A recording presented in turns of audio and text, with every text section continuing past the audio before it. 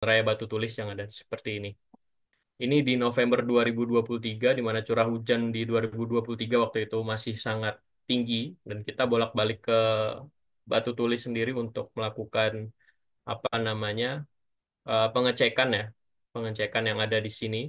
Dan kita sebagai tim yang hubungannya untuk bukan menginvestigasi, tapi apa ya, melihat apakah masih terjadi misalkan pergerakan tanah dan masih memungkinkankah eh, pembangunan ataupun apa namanya kondisi jalan raya di atasnya ini untuk dilewati dari awal terjadi longsor sampai ke saat ini, ataupun untuk ke depannya nanti apakah jalan raya ini masih layak untuk dilewati atau tidak. Kita masuk ke dalam tim dengan susunan ataupun apa namanya lingkup kerja seperti itu.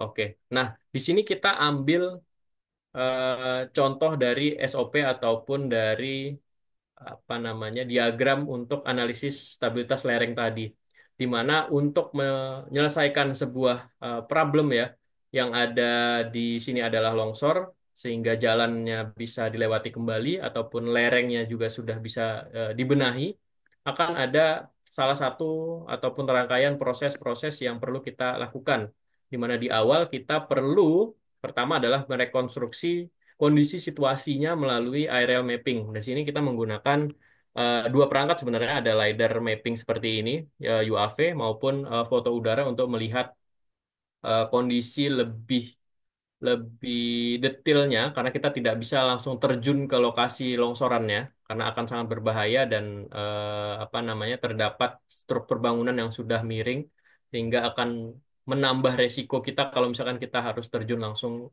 di samping bangunan miring tersebut, nanti bisa kita lihat. Nah, di sini kita bisa melakukan penyelidikan topografi dan pengintaian lapangan. Hasilnya seperti apa LiDAR itu? Hasil LiDAR-nya bisa berupa data point cloud tadi, yang jika dilihat dari atas, dari sudut yang cukup agak jauh, itu akan menjadi rapat seperti foto udara ini. Sorry, saya annotate. Nah, seperti ini.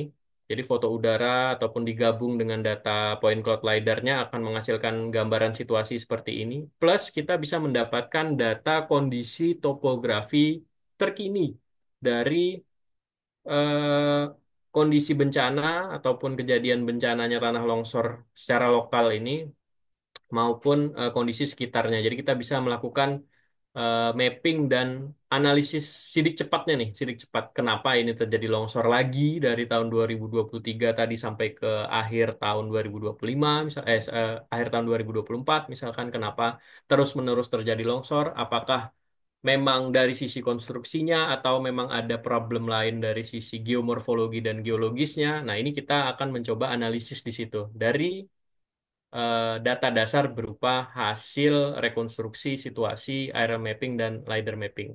Di mana kita juga bisa melakukan pemodelan tiga dimensinya. Jadi ini sebenarnya gambar ya, kalau misalkan kita bolak-balik, sayangnya saya tidak ada di perangkat yang cukup kuat untuk membuka data LiDAR-nya. Tapi gambarannya adalah data ini ketika sudah masuk ke dalam proses data LiDAR menjadi sebuah pemodelan tiga dimensi yang bisa kita lihat, kita putar bolak-balik data tiga dimensinya itu, jadi kelihatan mana lereng, mana cekungan, mana parit, mana selokan, mana underpass misalkan, di mana juga ada galian, ada timbunan, itu akan terlihat, sehingga kita bisa melakukan rekonstruksi tadi, dan kita bisa menyediakan data dasar untuk teman-teman di disiplin ilmu lain melakukan tugasnya dengan menyediakan data terrain berupa cross section, long section, ataupun data kontur seperti yang ada di gambar ini. Jadi ini adalah salah satu hasil dari analisis LiDAR yang sudah kita lakukan seperti itu. Lalu bagaimana gambaran lanjutannya? Nah, di salah satu project yang lain, nah kalau tadi kan di longsor Batu Tulis, ini adalah longsor di jembatan dan jalur KA di Cicurug Maseng, masih sekitaran Bogor juga. Yang tadi gambarnya juga sudah kita coret-coret ya, kenapa kita nge-LiDAR dan lain sebagainya. Ini juga kondisinya hampir sama. yang tidak memungkinkan bagi kita, pekerja ataupun surveyor ataupun orang yang mau menganalisis ataupun perencana untuk terjun langsung sampai ke titik badan longsorannya, yaitu bisa menggunakan LiDAR. Nah, ini adalah contoh data LiDAR-nya atau micro LiDAR seperti ini. Jadi ada titik-titik-titik point cloud. Jadi ini sebenarnya bukan gambar yang rusak, tapi ini adalah gambaran point cloud, titik-titik yang sudah direkonstruksi. Nah, gambaran foto udara ataupun tampak udaranya seperti ini dengan detail gambarnya dari atas longsorannya adalah seperti ini. Jadi satu badan jalur KA mengalami longsor ya seperti ini. Nah, tanahnya tumpah ke arah timur seperti itu. Jadi jalur KA ini tidak bisa dilewati untuk sementara waktu, sementara di bawahnya dikasih perkuatan tambahan sementara seperti itu. Jadi ini perlu analisis dan lain sebagainya. Oke. Nah, dari hasil rekonstruksi menggunakan LiDAR tadi, karena kita tidak terjun langsung ke titik longsor yang paling krusialnya, tapi kita bisa melakukan analisis cepat nih, namanya juga sidik cepat kan. Jadi kita bisa melakukan analisis cepat untuk mengetahui kenapa sih sebenarnya di situ longsor, kenapa sih sebenarnya atau apa sih penyebab dari longsornya itu, dan ada unsur situasi apa saja di sekitaran longsoran yang menjadi penyebab dari si longsor itu bisa terjadi secara terus-menerus. Ternyata setelah kita melakukan rekonstruksi di di sekitaran lokasi bencana, kita ada kondisi ataupun lokasi mata air yang cukup masif berada di sekitaran Batu Tulis yang menjadi eh, jalur air yang kalau digali dari cerita masyarakat sekitar ya, itu dulunya ada jalur air yang memang mengarah ke arah sini dan ada mata air di sekitaran sini. Tetapi semenjak adanya pembangunan jalan Raya Batu Tulis, jalur itu merupakan jalur mata air yang terpotong hitungannya, jadi lerengnya terpotong sehingga air di sini tidak mendapatkan jalur yang semestinya sehingga menyebar dan mencari titik-titik rendah dan titik-titik lemah yang bisa menjadi sarana air buat lewat menuju ke, nah di bawahnya ternyata ada sungai sebagai titik output si airnya ini dari lereng atas menuju ke sungai sebagai outlet dari satu sistem lereng ini seperti itu. Sehingga terdapat cekungan lokal ternyata dari bentukan konturnya terlihat ini adalah cekungan lokal yang sebelum dibongkar menjadi jalan juga sudah terlihat adanya cekungan lokal ya, sehingga menjadikan sebuah akumulasi titik jalur mata air yang cukup masif sehingga bisa menjadi beban tambahan bagi tanah di lereng yang ada di eh, Jalan Raya Batu Tulis ini. Nah, selain itu, apa yang bisa didapatkan ternyata dari hasil rekonstruksi LIDAR maupun tampilan dari data foto udara, terdapat mata air yang masih berada di tubuh longsoran yang tidak bisa kita datangi secara langsung karena kondisinya adalah terdapat eh, bangunan penahan tanah ataupun cantilever dan sebagainya ini yang sudah rebah dan sangat berbahaya untuk kita datangi langsung ke titik-titik yang ada ini. Jadi posisinya seperti ini. Jadi kita tidak bisa langsung datang naik kayak gitu ke bagian tubuh longsoran seperti ini. Sehingga kita menggunakan data LiDAR tadi untuk sidik cepat. Dan hasilnya adalah kita mendapatkan, oh ternyata ada potensi jalur air yang tertutup oleh si penahan tanahnya ini, dinding penahan tanahnya, walaupun sudah ada pori ataupun lubang drainase kecilnya ya. Ini tetapi tidak mampu menahan apa namanya air yang terakumulasi menjadi tambahan massa untuk gerak tanah di sini ketika musim hujan ataupun curah hujan itu sangat tinggi. Itu yang membuat apa namanya kejadian longsor di daerah ini sangat masif dan terus-menerus terjadi dari tahun ke tahun sampai ke 2025 ini.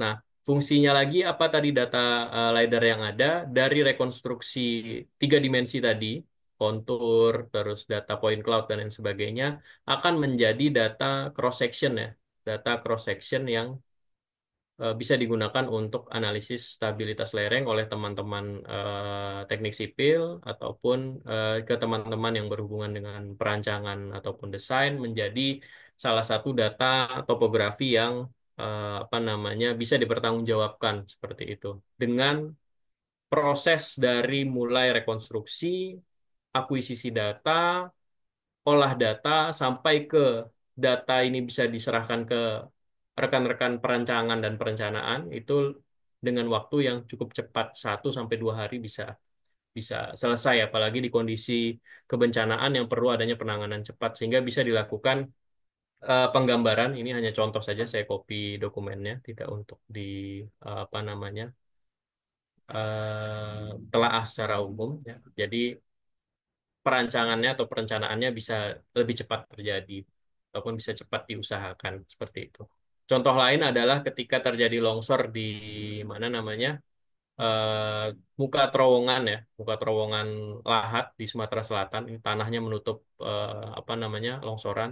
Nah ini malah karena sifat dari apa namanya eh, apa namanya PT KAI ya, PT KAI itu adalah pelayanan secara cepat. Jadi mau tidak mau rekan-rekan yang hubungannya dengan divisi regional jalan dan jembatan di sekitar sini dan terowongan itu harus bergerak cepat tanpa apa ya takut akan ada resiko longsor susulan untuk langsung terjun ke dalam tubuh longsoran yang sudah menutupi badan jalur kereta api dan muka terowongan ini. Sementara apabila kita menggunakan data LiDAR ini adalah 1 tahun berikutnya, kebetulan saya juga berada di tim yang melakukan analisis untuk stabilitas lereng yang ada di sekitaran kanan dan kiri dari terowongan ini.